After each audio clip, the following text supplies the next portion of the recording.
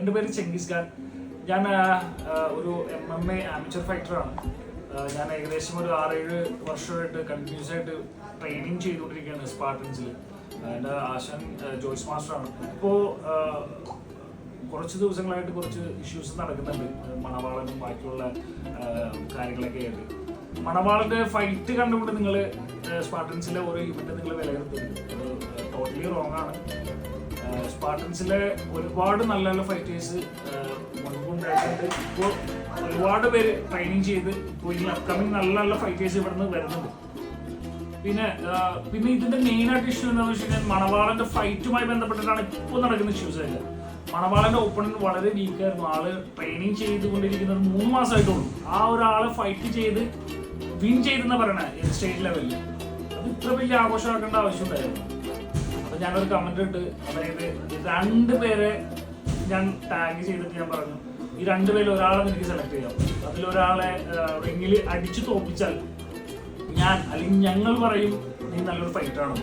അതല്ലെങ്കിൽ ഇതുപോലെ പ്രശ്നം മാത്രമായിട്ട് ഞങ്ങൾ കണക്കാക്കും എന്ന് ഞാൻ വ്യക്തമായിട്ട് പറഞ്ഞു. ആ കമന്റ് ഒന്ന് വൈറലായി. അത്യാവശ്യം സോഷ്യൽ മീഡിയ ഒന്ന് ആഘോഷിച്ച ഒരു ചെറിയൊരു കമന്റാണ്. അത് ബേസ് ചെയ്തിട്ട് എനിക്ക് വെറൈറ്റി മീഡിയ, ആ മീഡിയയിൽ നിന്നും എനിക്ക് ഇൻസ്റ്റയിൽ മെസ്സേജ് അയച്ചു, നിങ്ങളുടെ ഒരു ഇന്റർവ്യൂ എടുക്കാനാണ്, അപ്പോൾ താങ്കളുടെ നമ്പർ ഒന്ന് തരണമെന്ന് പറഞ്ഞ് ഞാൻ നമ്പർ കൊടുത്ത് അന്ന് തന്നെ വിളിച്ചിട്ട് വൈകിട്ട് 5 മണിക്ക് എത്താമോ എന്ന് ചോദിച്ച് ഞാൻ 5 മണിക്ക് എത്തുകയും ചെയ്തു. ഇന്റർവ്യൂ നല്ല രീതിയിൽ കഴിഞ്ഞതാണ്. പിറ്റേന്നായിപ്പോൾ ഫോർമാറ്റായി പോയി, എങ്ങനെയോ ഫോർമാറ്റായി പോയി. എഡിറ്ററുടെ കയ്യിൽ കൊടുത്തതാണ്, അത് കോപ്പി ചെയ്തെന്നാണ് അവർ പറഞ്ഞത്.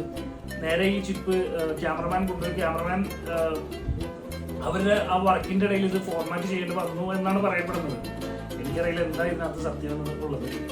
ഇനിയിപ്പോൾ ഈ എന്നോട് പലരും ചോദിച്ചേക്കുന്ന കാര്യം എന്താണെന്ന് വെച്ച് കഴിഞ്ഞാൽ മണവാളൻ്റെ നിന്ന് പൈസ വാങ്ങിച്ച് ഈ മീഡിയക്കാർ അങ്ങനെ ചെയ്തതാവാം എന്നാണ് പറയുന്നത്. എനിക്കതിൽ ഒരു ഉറപ്പില്ലാത്ത കേസാണ്. എന്താ നടന്നതെന്ന് ഒരു പിടുത്തമില്ല. പിന്നെ ഇതിനെ മാത്രം പേടിക്കാനുള്ളത് എന്തെങ്കിലും ഞാൻ പറഞ്ഞിട്ടുണ്ടാകും. ഇത്രയും പേടി ഉള്ളത് കൊണ്ടാണ്. അതായത് ഞാൻ പറഞ്ഞത് പുറത്തേക്ക് പോകും, മറ്റുള്ളവർ കാണും അല്ലെങ്കിൽ കേൾക്കും. കേട്ട് കഴിഞ്ഞാൽ അവർക്കും അതുപോലെ തന്നെ അവരുമായി ചുറ്റിപ്പറ്റി നിൽക്കുന്ന ആളുകൾക്ക് അത് മോശമായിട്ട് വരുമെന്ന് വിചാരിച്ചിട്ടാണ് ഇത് അവർ ടെലികാസ്റ്റ് ചെയ്യാത്തത് എന്ന് വരെ ഞാൻ സംശയിച്ചു പോയിട്ടുണ്ട് സത്യം പറഞ്ഞത്. അതുപോലെ തന്നെ ഇതുമായി ബന്ധപ്പെട്ടവർ പറയുന്ന പല കാര്യങ്ങളും എനിക്ക് ശരിയായിട്ട് തോന്നുന്നുണ്ട് ഈ ഒരു നിമിഷത്തിൽ. എനിക്കധികം ഒന്നും പറയാനില്ല. എനിക്കൊരു പരാതിയുമില്ല, എന്തല്ലെങ്കിൽ വേറെ. ഞാൻ കൂളാണ്, നിങ്ങൾ കൂളായിരിക്കും.